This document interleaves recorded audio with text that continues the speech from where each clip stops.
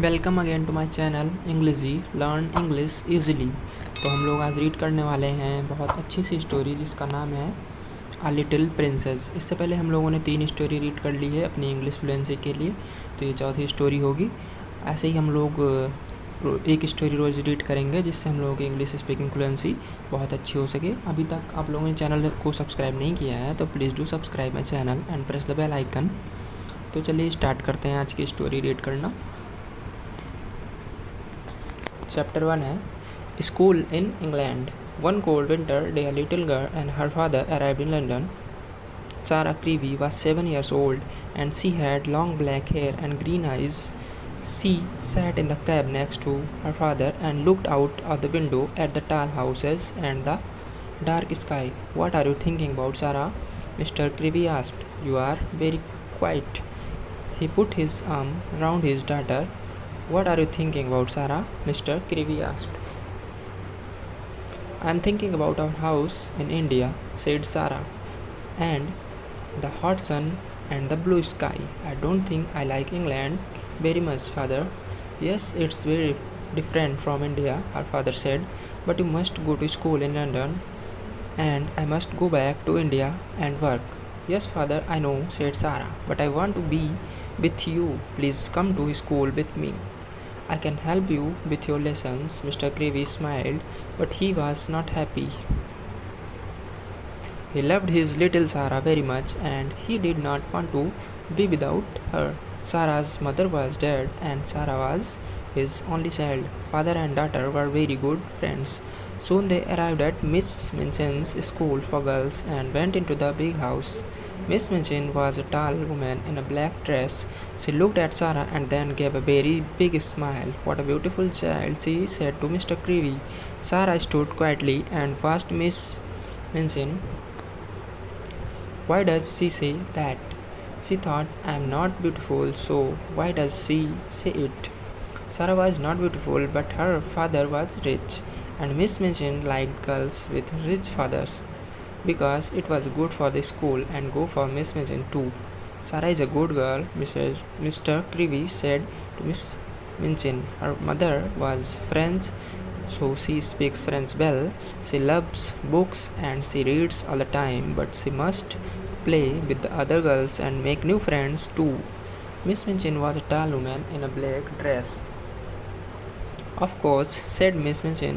She smiled again. "Sarah is going to be very happy here, Mr. Creevy." Mr. Creevy stayed in London for a week. He and Sarah went to the shops, and he bought many beautiful, expensive dresses for his daughter. He bought books and flowers for her room, and a big doll with beautiful dresses too. Miss Minchin smiled, but she said to her sister Amelia, "All that money on dresses for a child of 7. She looks like a little princess, not a schoolgirl." Mr. Creevy bought many expensive dresses for his daughter. When Mr. Creevy left London, he was very sad. Sarah was very sad too, but she did not cry. She sat in her room and thought about her father on the ship back to India. "Father wants me to be happy," she said to her new doll. "I love him very much and I want to be a good daughter, so I must be happy." It was a very big and very beautiful doll, but of course it could not answer. Sarah soon made new friends in the school. Some little rich girls are not very nice children. They think they are important because they have money and lots of expensive things. But Sarah was different. She liked beautiful dresses and dolls, but she was more interested in people and books and telling stories. The stories were all about kings and queens and princes. She was very good at telling stories. She was a clever child, and the other girls loved to listen to her.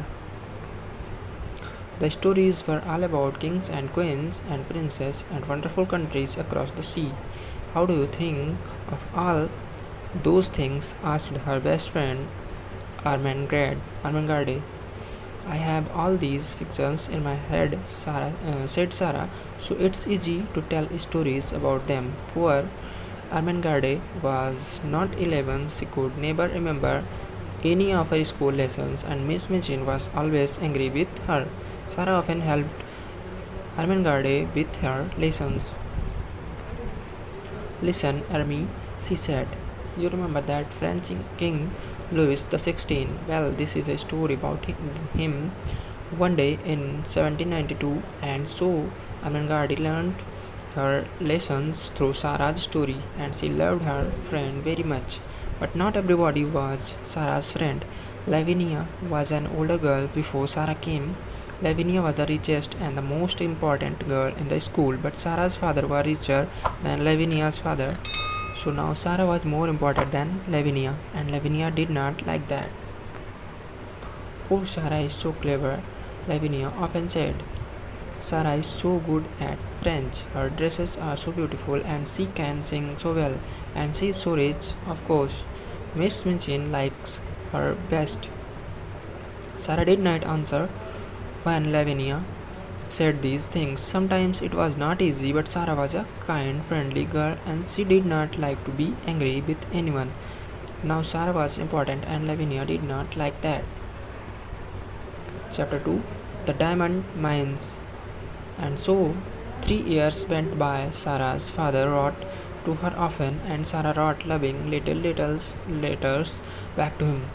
One day a very exciting letter arrived. Everybody in the school talked about it for days. My friend wrote, Mr. Kirby has some mines in northern India, and a month ago his workers found diamonds there. There are thousands of diamonds in there are thousands of diamonds in these mines, but it is expensive work to get them out. My friend needs my help, so little Mrs. This was Mr. Kirby's special name for Sarah. I'm putting all my money into my friend's diamond mines, and one day you and I going to be very rich. There are thousands of diamonds in these mines. Sarah was not interested in money, but a story about diamond mines in India was exciting. Nearly everybody was very pleased for Sarah, but not Lavinia, of course. Who? She said. My mother has a diamond. Lots of people have diamonds. What's so interesting about diamond mines? But there are thousands of diamonds in these mines, said Ermengarde. Perhaps millions of them. Lavinia laughed. Is Sarah going to wear diamonds in her hair at breakfast then? Or is it Princess Sarah now? Sarah's face went red. She looked at Lavinia angrily, but said quietly, Some people call me princess. I know that, but princes don't get angry and or say unkind things. So I am not going to say anything to you, Lavinia. To me, you are a princess, Ermengarde said to Sarah later. And you always look like a princess in your beautiful dresses. Sarah was a princess to another girl too. This was Becky. She was a servant in Miss Minchin's school and she was only 14 years old, but she worked all day and sometimes half the night. She carried things upstairs and downstairs. She cleaned the floors. She made the fires and she was always tired and hungry and dirty. She and Sarah had very different lives. Becky cleaned the floors, made the fires, but one day Sarah came into her bedroom and there was Becky sleeping in a chair. Oh, you poor thing, Sarah said. Then Becky opened her eyes and saw Sarah. She got up at once. Oh, miss, she said. I'm very sorry.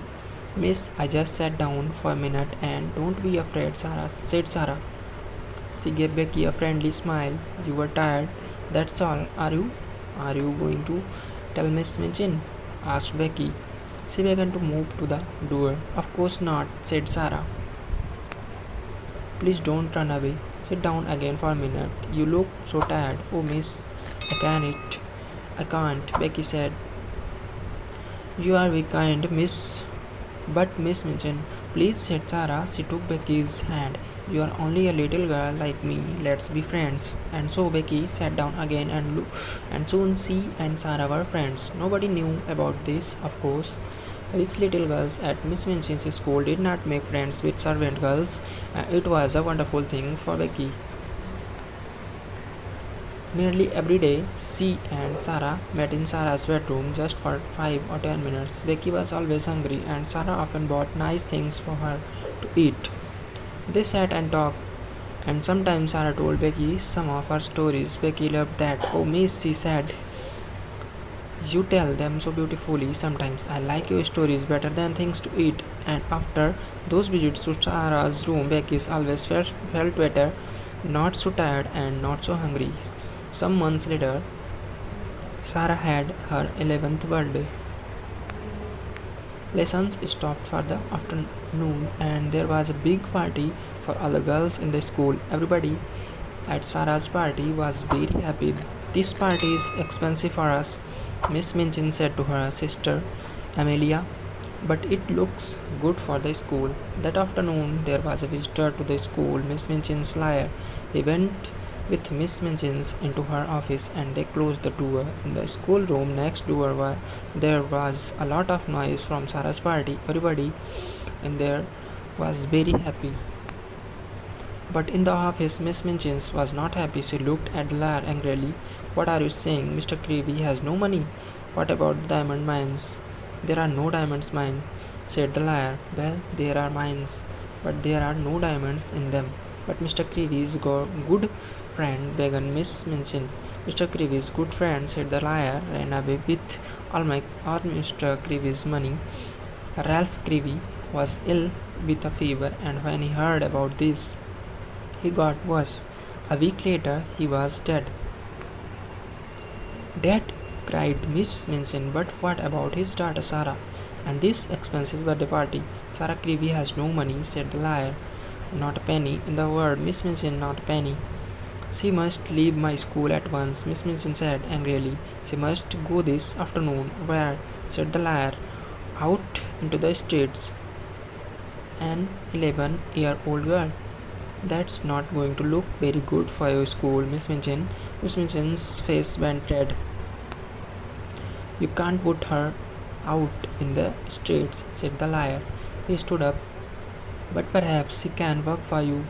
The liar left and Miss Minchin called her sister Amelia. Bring Sarah Creevy here at once, she said. 2 minutes later, Sarah, in her beautiful blue party dress, stood in front of Miss Minchin's. Have you a black dress, Sarah? Miss Minchin said coldly. Yes, Miss Minchin, said Sarah. But it's very small. She must leave my school at once, Miss Minchin said. Go and put it on at once, Miss Minchin. Your father is dead. There were no diamond mines and your father's friend ran away with all his money. You have nothing, not a penny. But I am going to be very kind to you. You can stay in my house, but now you must be a servant and work for your bread. You can sleep in a servant's room upstairs next to Becky's room. Chapter 3. The New Servant Girl. That evening, in the little attic room, Sarah sat on the bed in her old black dress. She did not cry, but her face was white and she did not move or speak for hours. Late at night, the door opened quietly and Becky looked in. Her eyes were red from crying. Oh, miss, she said, all the servants are talking about it. I'm sorry, so sorry. She looked at Sarah's white face and began to cry again. Then she ran to Sarah and took her hand. At last Sarah moved slowly. She turned her head and looked at Becky. Oh, Becky, she said. And that was all. Becky ran to Sarah and took her hand. That first night in the attic was very long. Sarah did not sleep. Father is dead, she whispered again and again. Father is dead. I'm never going to see him again. The next morning Sarah's new life began. She learned to clean floors and to make fires. She ran upstairs and downstairs and she worked in the kitchen. Run down to the shops and get me some apples. The cook was a big woman with a red angry face. So she said, the little rich girl with a diamond mines is now a servant, eh? She looked at Sarah. Now I'm making apple pies this morning. Run down to the shops and get me some apples and be quick. So Sarah ran to the shops and carried a big bag of apples back to the house. Then she cleaned the kitchen floor and carried hot water up to all the bedrooms. She worked every day from early in the morning to late at night. She helped in the school too. You speak French well, Miss Mason said to her coldly, so you can teach French to the younger children, but you are only a servant, don't forget that. The first months of Sarah's new life were very hard. She was always tired and hungry, but she never cried.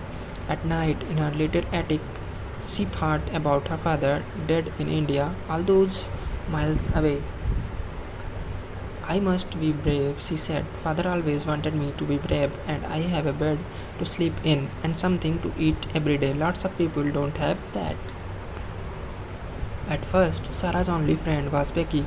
Every day Becky came into Sarah's room. They did not talk much, but it helped Sarah a lot to see Becky's friendly, smiling face.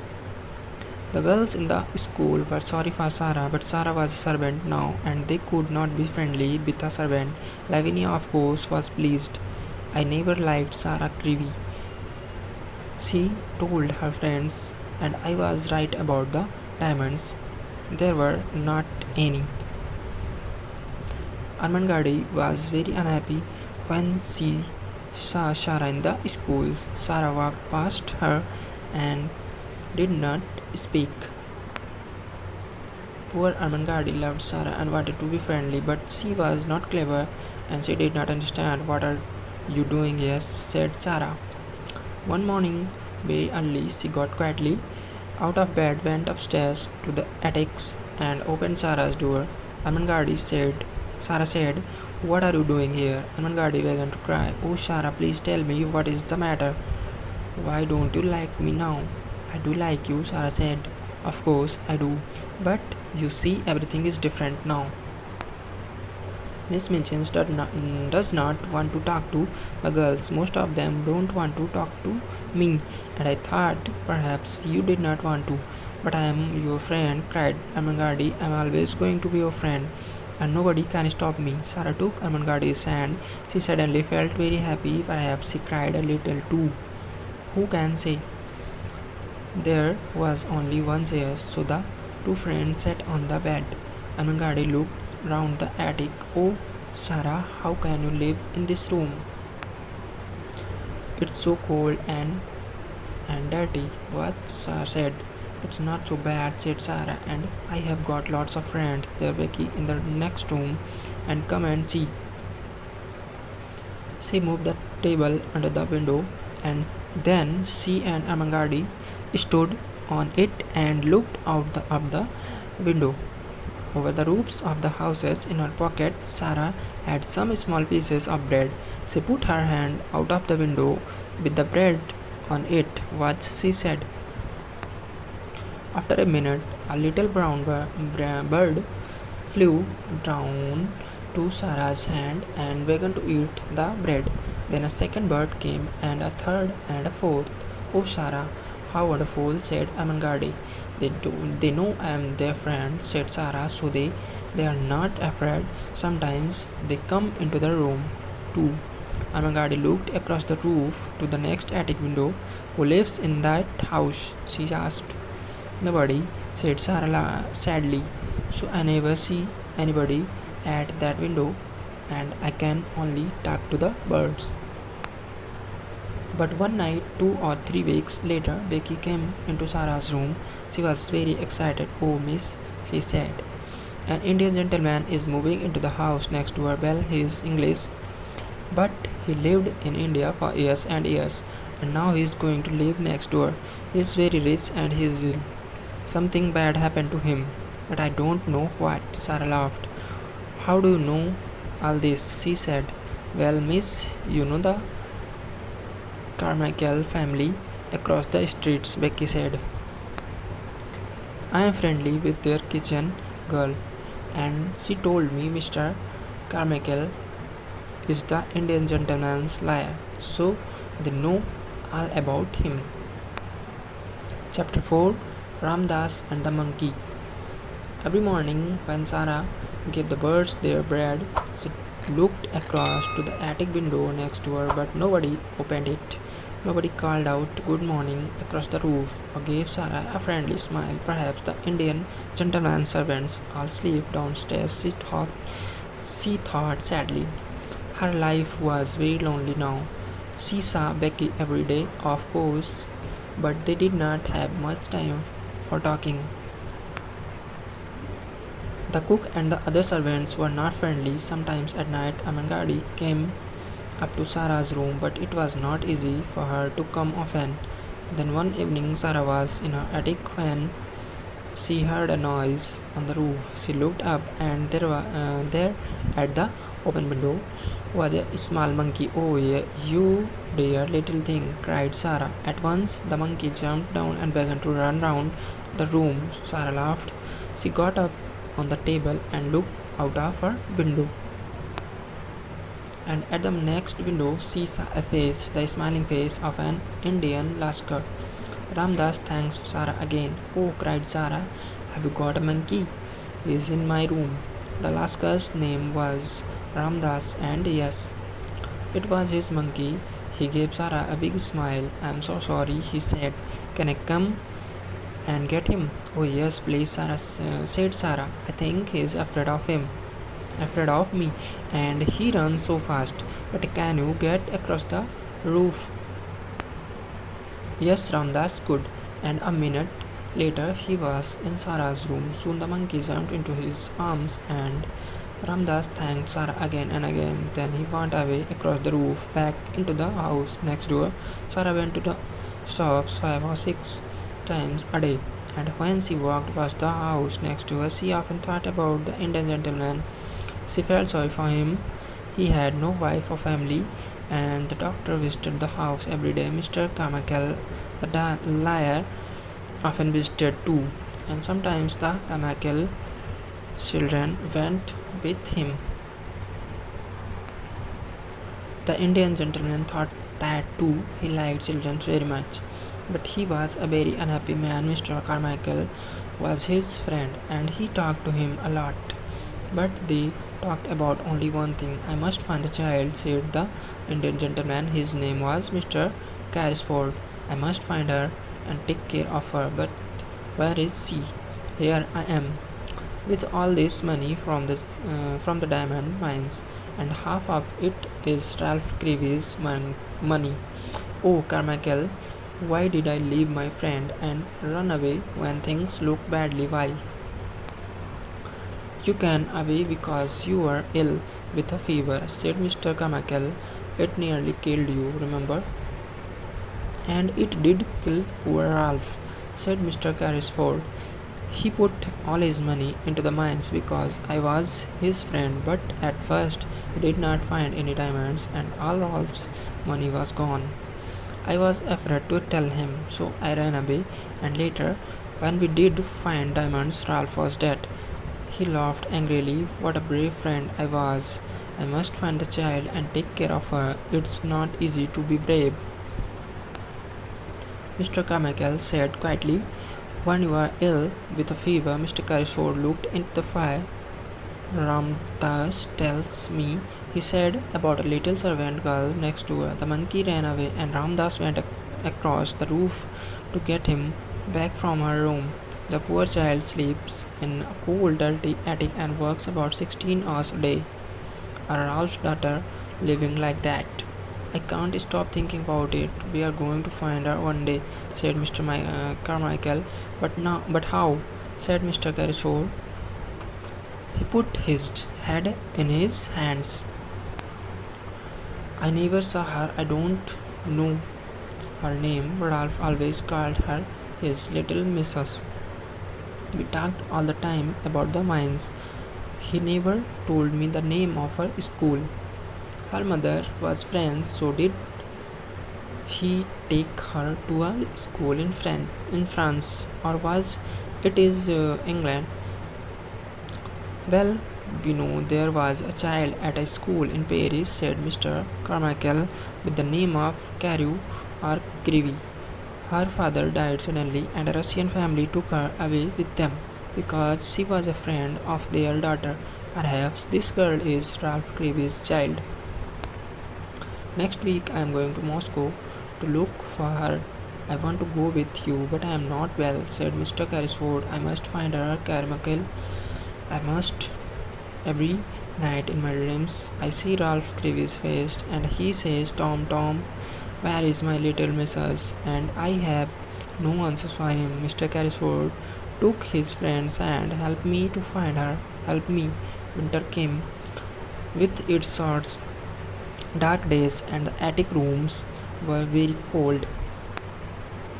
There were no fires for servant girls, and often Sarah and Becky could not sleep because of the cold. Sarah was taller now, and her old black dress was very short. Her shoes were old, and she had no warm coat for the winter weather. She was thin too. She did not get very much to eat, and she was always hungry. She carried big baskets for shopping through the rain and the snow. One day she found a sixpence in the snow, and she thought some hot new bread with it.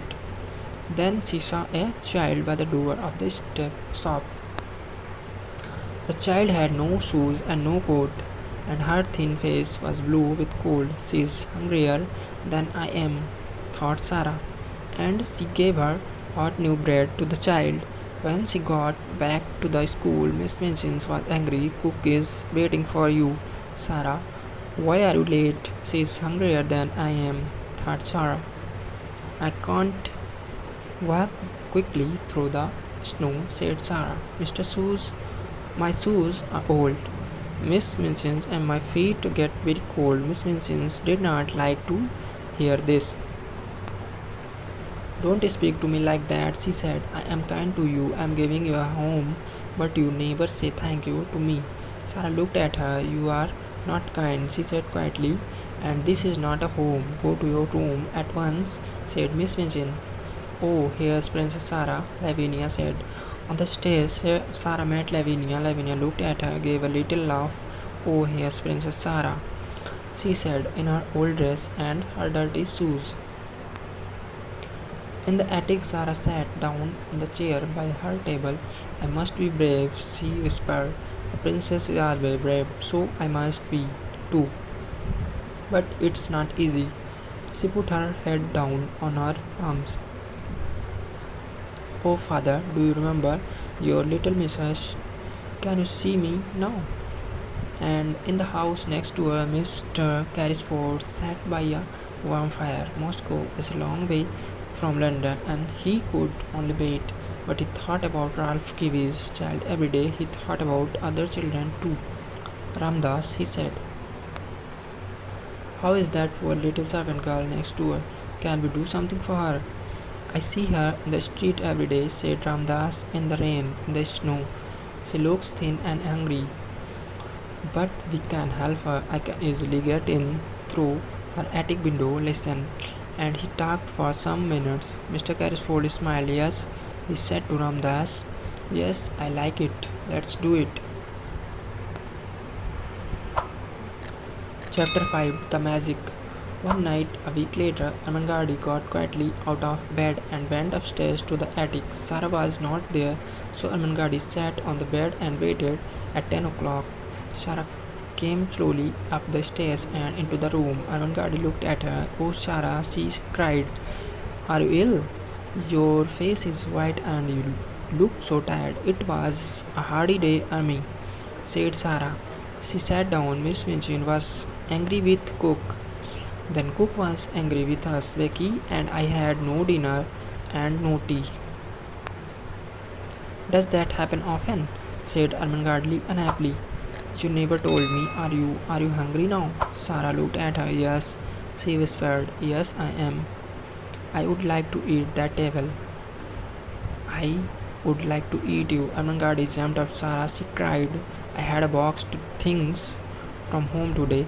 Sees a big cake in it. I am going to eat it. I am going to get it now. You and Becky can eat it all. Soon Ermengarde was back.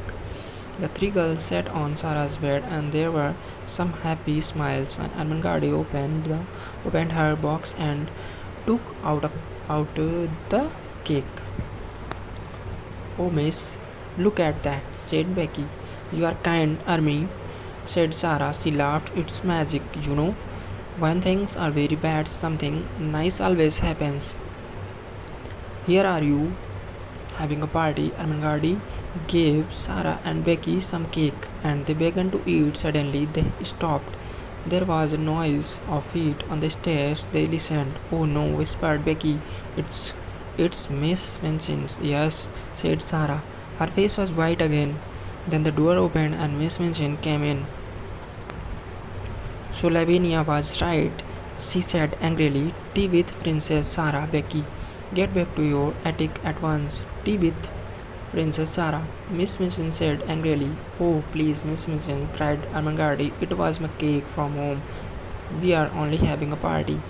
Go back to your room, Armangadi, Miss Minchin said coldly, and take these things with you. And tomorrow she looked at Sarah. There's no breakfast, no dinner, and no tea for you. Remember that? Soon the attics were quiet again. Tired and hungry, the two servant girls went to sleep. But after an hour or two, Sarah opened her eyes. Was it a noise from the window, perhaps? Something is different, Sarah whispered. What is it? She sat up in bed and looked round the room. She looked again and again, and her eyes were very big. The room was different, very different. There was a wonderful hot fire. There were new warm blankets on her bed and beautiful pictures on the walls. Sarah slowly got out of bed. Is this a dream? She said. Where did all these things come from? She put out her hand to the fire. No, it's not a dream. The fire is hot. I can feel it. And oh, look at the table. There was a red cloth on the table and cups and plates. There was hot tea and wonderful things to eat. Hot meat pies and sandwiches and cake, oranges and apples. Sarah ran to Becky's room. Becky, she whispered, came quickly. The magic is here again. Come and look. When Becky saw the room, she could not speak at first. Then she said, Oh, miss, what is it? How did all these things get here? On the table, there were wonderful things to eat. I don't know, said Sarah. It's magic. At first, I thought it was a dream, but it is not. Look, these pies are hot. Let's eat them. Hot meat pies are not a dream. Then sat down by the fire and ate and drank. Oh, those pies were good, Miss Becky said. And the tea and the cake. I don't understand magic, but I like it. Sarah looked round the room. Oh, Becky, look. There are some books too. I did not see them before. She ran to look at them and opened the top book. There's some writing here. Listen, it says, to the little girl in the attic from a friend. Oh, Becky, Sarah closed the book and looked up. I have a friend, Becky, she said slowly. Someone is my friend. The next morning, Becky met Sarah in the kitchen. Oh, miss, she whispered. Was the magic there this morning, or did it go away in the night? No, it is still there, Sarah whispered back. I ate some cold meat pie for breakfast, and the fire was still warm. Becky laughed happily. Oh my, she said. Miss Minchin could not understand it. When Sarah came into the schoolroom, she looked happy and well. Miss Minchin wanted to see a white, unhappy face and eyes red from crying. How can that child smile? She thought angrily, but of course she did not know about the magic, and the magic did not go away. Every evening, when Sarah went up to bed, she found new things in the attic. There were more warm blankets for her and for Becky. There were pictures on the walls. There were books, new shoes, and a winter coat, and best of all, there was always a fire and a wonderful hot dinner on the table. Was the magic there? Is there this morning? Becky whispered. But where does it all come from? Becky said one night when they sat by the fire. Who does it, miss? A friend does it, Sarah said. A kind, wonderful friend. But He does not want us to know his name. They began to look at one of the new books, and then Becky looked up. Oh, miss, she whispered, there's something at the window. What is it? Sarah got up to look. It's the monkey, she said. The monkey from the next door. She opened the window, and the monkey jumped down into her arms. Oh, you poor little thing, Sarah said. You are so cold. Becky was very interested. I never saw a monkey before, she said. He's not very beautiful, miss. What are you going to do with him? It's very late now, Sarah said. He can stay in my room tonight, and I can take him home in the morning. Oh, you poor little thing, Sarah said. Chapter 6, Lost and Found. The next morning, the first visitor to the house next door was Mr. Carmichael, back from Russia, but when he came into the house, his face was sad. Mr. Carrisford knew the answer at once. You did not find her, he said. I found her, Mr. Carmichael said. But it was the wrong girl. Her name is Emily Carew, and she is much younger than Ralph Creevy's daughter. I am very sorry. We must begin again, said Mr. Carrisford unhappily. But where? It's 2 years now. 2 years. Well, she is not at high school in Paris. We know that, Mr. Carmichael said. Let's look at schools in England now. Yes, said Mr. Carrisford. Yes. We can begin in London. There's a school next door, Carmichael. Perhaps it was the magic again. But at the moment, Ramdas came quietly into the room. The little servant girl from the attic is here, he said to Mr. Carrisford. The monkey, he ran away again last night to her room. Would you like to see her? Yes, said Mr. Carrisford. Yes, I would. Bring her in. And so Sarah came into the room and stood in front of the Indian gentleman. She smiled at him. Your monkey came to my room last night, she said, and I took him in because it was so cold. Mr. Carrisford watched her face with interest. That was kind of you, he said. Sarah looked at Ramdas by the door. Shall I give him to the Lascar? She asked. I was born in India, Sarah said. How do you know he is a Lascar? Said Mr. Carrisford. Oh, I know Lascars, Sarah said. I was born in India. Mr. Carrisford sat up suddenly. In India, he said. But you are a servant at the school next door. Yes, I am now, said Sarah. But I was not at first. The Indian gentleman looked at Mr. Carmichael, and then Mr. Carmichael looked at Sarah. What do you mean by at first, child? He asked. When father first took me to the school. Where is your father? Said Mr. Carmichael. He died, said Sarah very quietly. His friend ran away with all his money, and there was no money for me. There was nobody to take care of me, so Miss Minchin put me in the attic and said I must work for my bread. The Indian gentleman moved in his chair. What was your father's name? He said. Tell me. Sarah looked at him sadly. Ralph Creevy, she said. He died in India from a fever 2 years ago. Mr. Carrisford's face went very white. Carmichael, he whispered, it is the child. The child. That was an exciting day for many people.